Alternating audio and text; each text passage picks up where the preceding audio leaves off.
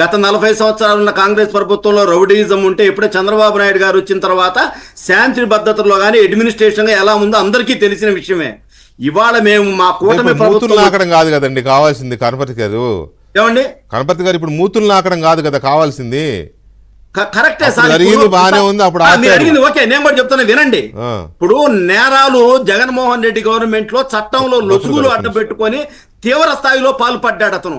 ఇవాళ మేము గనక ఖచ్చితంగా యాక్షన్ తీసుకుంటే ఇదే ఉన్న వాళ్ళు కానీ కొంతమంది మాట్లాడతారు, ఏం మాట్లాడతారు, కక్ష సాధింపు చర్యలని. అయినా మేము వచ్చిన తర్వాత ఇప్పటి వరకు కూడా ఖచ్చితమైనటువంటి న్యాయపరమైన బోరుగడ్డ అనిల్ని ఎందుకు అరెస్ట్ చేశారని ఎవరైనా అడిగారా మిమ్మల్ని? 100 రోజుల కాదండి, బోరుగడ్డ అనిల్ని ఎందుకు అరెస్ట్ చేశారని ఎవరైనా అడిగారా? పోసానికి కృష్ణమురళి ఎందుకు అరెస్ట్ చేశారని ఎవరైనా అడిగారా? వర్రా రవీందర్ రెడ్డి అనే వాళ్ళని ఎందుకు అరెస్ట్ చేశారు ఎవరైనా అడిగారా మిమ్మల్ని? ఎందుకు అడుగుతారండి?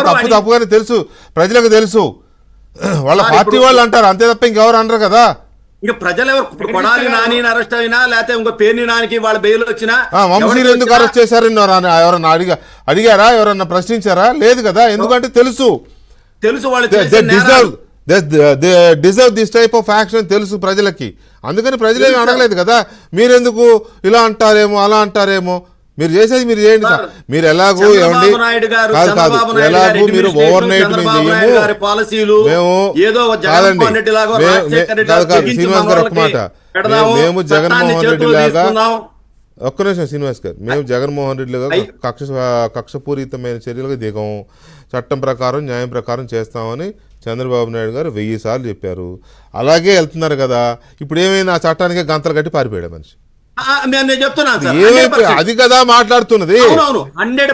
ఒక్క నిమిషం కనపర్తి గారు, ఒక్క నిమిషం ప్లీజ్. దీన్ని ఇందాక భాను ప్రకాష్ రెడ్డి చెప్పినట్టు పూర్తి స్థాయిలో విచారణ. ఆయన ఇప్పుడు మీ గుట్టి పక్షగా ఆయన కూడా అదే చెప్తాడులే. కానీ ఒక్క మాట గఫూర్ గారు, మీరు ఏదో చెప్తున్నారు, చెప్పండి సార్.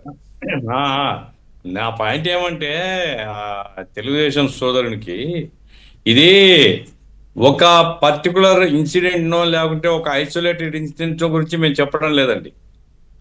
ఏదో ఫేక్ సర్టిఫికేట్తో పోయినాడు అది ఒక్క ఇష్యూనే కాదు, మొత్తం అడ్మినిస్ట్రేషన్ ఈ రకంగా ఉంది.